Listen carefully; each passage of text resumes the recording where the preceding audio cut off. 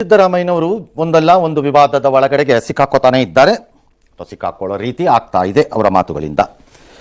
ಮೊನ್ನೆಯಷ್ಟೇ ಪಾಕಿಸ್ತಾನದ ವಿರುದ್ಧ ಹೇಳಿಕೆ, ಯುದ್ಧದ ವಿಚಾರದಲ್ಲಿ ಹೇಳಿಕೆ ಕೊಡಕ್ಕೋಗಿ ವಿಪರೀತ ಗೋಜಲು ಗೊಂದಲವನ್ನು ಉಂಟು ಮಾಡಿತ್ತು. ಇವತ್ತು ಬೆಳಗಾಂಗೆ ಹೋಗಿದ್ರು. ಬೆಳಗಾಮಲ್ಲಿ ವೇದಿಕೆಯ ಮೇಲೆ ಭಾಷಣಕ್ಕೆ ತಯಾರಿ ಮಾಡಿಕೊಂಡಿದ್ರು. ಇದಕ್ಕಿಂತ ಭಾಷಣ ಮಾಡುವಾಗ ಬಿಜೆಪಿ ಮಹಿಳಾ ಮೋರ್ಚಾ ಕಾರ್ಯಕರ್ತೆಯರು ಕಪ್ಪು ಬಟ್ಟೆ ಪ್ರದರ್ಶನ ಮಾಡಿಬಿಟ್ಟರು. ಏನ್ ಸರ್ ಇಷ್ಟೆಲ್ಲ ಅವಮಾನನ? ಇಷ್ಟು ಹೊತ್ತಿಗೆ ಅವರು ಸಂವಿಧಾನ ಬಚಾವ್, ಬೆಲೆ ಏರಿಕೆ ವಿರೋಧಿಸಿ ಅಂತೆಲ್ಲ ಅನ್ಕೊಂಡು ಭಾಷಣ ಸ್ಟಾರ್ಟ್ ಮಾಡಿದ್ರು. ಅವರಿಗೆ ಕೋಪ, ಅಲ್ಲ ಬಿಸಿಲೋ ಅಥವಾ ನಿನ್ನೆ ಮೊನ್ನೆಗಳ ಬೆಳವಣಿಗೆಗಳೋ ಏನೋ ಗೊತ್ತಿಲ್ಲ, ಒಟ್ಟಲ್ಲಿ ಅವ್ರಿಗೆ ಕೋಪ ವಿಪರೀತವಾಗಿ ಹೋಯಿತು.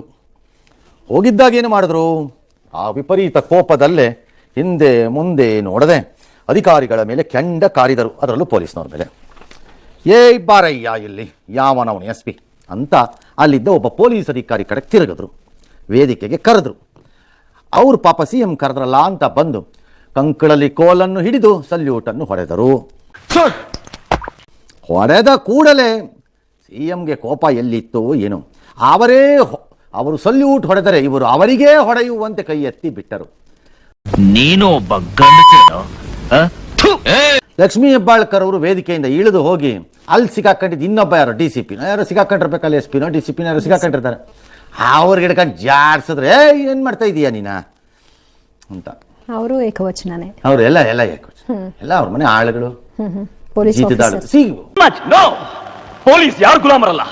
ಈ ಕಾಕಿ ದೇಶದ ರಕ್ಷಣೆ ಗುರುತು. ಸಾವಿರಾರು ಜನರ ಸಭೆಗೆ ಹೋಗ್ಬೇಕು ಅಂತ ನೂರಾರು ಜನರ ಸಾವಿಗೆ ಕಾರಣವಾದ್ರೂ ಪರವಾಗಿಲ್ಲ, ನೀವು ಸಭೆಗೆ ಹೋಗ್ಲೇಬೇಕು. ಇಲ್ಲ ಅಂದ್ರೆ ನಿಮ್ ಪಾರ್ಟಿ ಎಲ್ಲಿ ಬಿದ್ದು ಹೋಗುತ್ತೋ ಅನ್ನೋ ಭಯ. ಯಾವನವನು ಎಸ್ ಪಿ ಏನ್ ಮಾಡ್ತಾ ಇದ್ದೀರಿ ನೀವು? ಭ್ರಷ್ಟ ಕೇಂದ್ರ ಸರ್ಕಾರಕ್ಕೆ ಈ ನನ್ನ ಮಕ್ಕಳಿಂದ ನಮ್ಗೆ ನೆಮ್ಮದಿಯಾಗಿ ನಿದ್ದೆ ಇಲ್ಲ, ಊಟ ಇಲ್ಲ. ಇಂತ ನನ್ನ ಮಕ್ಕಳಿಗೆಲ್ಲ ನಮ್ಮಂತ ಒಳ್ಳೆ ಆಫೀಸರ್ ಆಗಲ್ಲ ಕಣ್ರಿ. ಮಕ್ಕ ಮೂತಿ ನೋಡ್ದೆ ಇಕ್ಕೋ ಖತರ್ನಾಕ್ ಆಫೀಸರ್ ಬಂದ್ರೆ ಸರಿ. ನಮಗೂ ಕೂಡ ಗೊತ್ತಿದೆ, ನಮ್ಮ ಕಾರ್ಯಕರ್ತರು ಕೂಡ ಅವ್ರು ಈ ರೀತಿ ಕಾರ್ಯಕ್ರಮವನ್ನ ಅವ್ರಿಗೆ ಮಾಡ್ಲಿಕ್ಕೆ ಬಿಡೋದನೇ ಇಲ್ಲ. ನಮಗೂ ಕೂಡ ಶಕ್ತಿ ಇದೆ, ನಮಗೂ ಗೊತ್ತಿದೆ.